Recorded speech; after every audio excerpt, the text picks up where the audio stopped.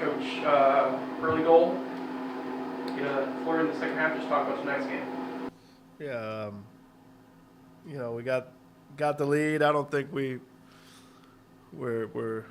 overly sharp, even though we got the lead early, and we kind of sputtered through the game with some moments of sharpness and some sloppy play, and let them hang around. And I think once they tied it up, it kind of woke us up a little bit. I thought after they scored, we were much sharper, and then that kind of opened the floodgates, and we played a little bit more to our potential, and we got a lot of help from guys coming into the game as well. We'll pass it on to Daniel to start here. Daniel, first goal in an Akron uniform. Just talk about what that means. I know you've been working hard to get out on the pitch and, obviously getting that moment. Yeah, no, I was very happy to score my first goal. I was warming up when we went, it turned 1-1. So I knew we needed guys off the bench to kind of lift us up. So as soon as they scored, I got kind of mentally ready to come in. And I was fortunate enough to come in, and then kind of got lucky enough to score a goal. Sent a ball out to Dyson. Nice counterattack. He missed, and then he cut it back to me, and it was an easy finish. And yeah, I've been working hard in training, so it means a lot to score my first goal. You haven't maybe gotten the playing time maybe that you wanted, but how is it being able to make the most of that opportunity, knowing now you can be another option for Coach Embick to call on?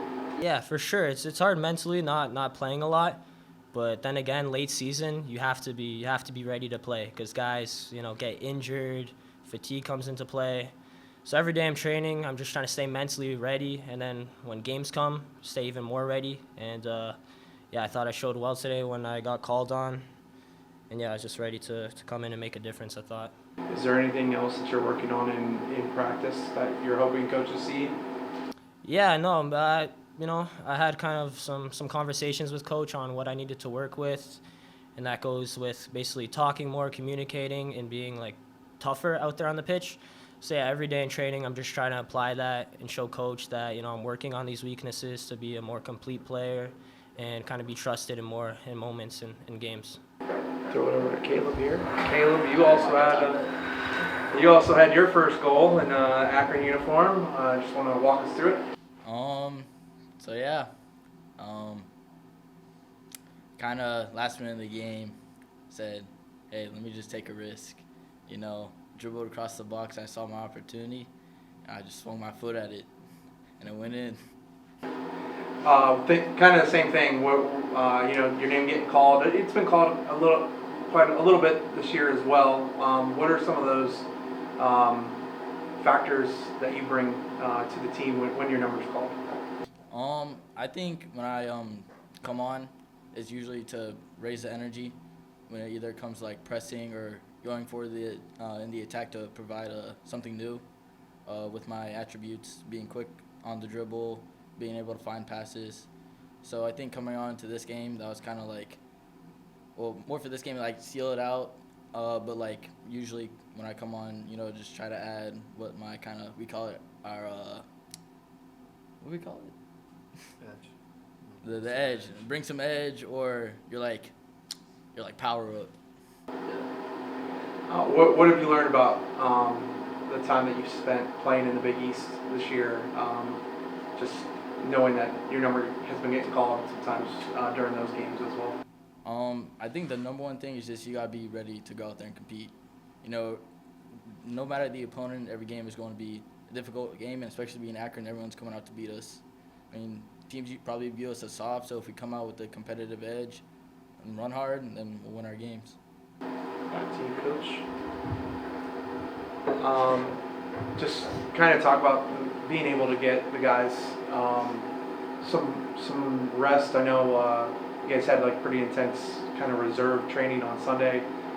Them getting ready to get going today. How do those kind of correlate with each other, getting ready for today?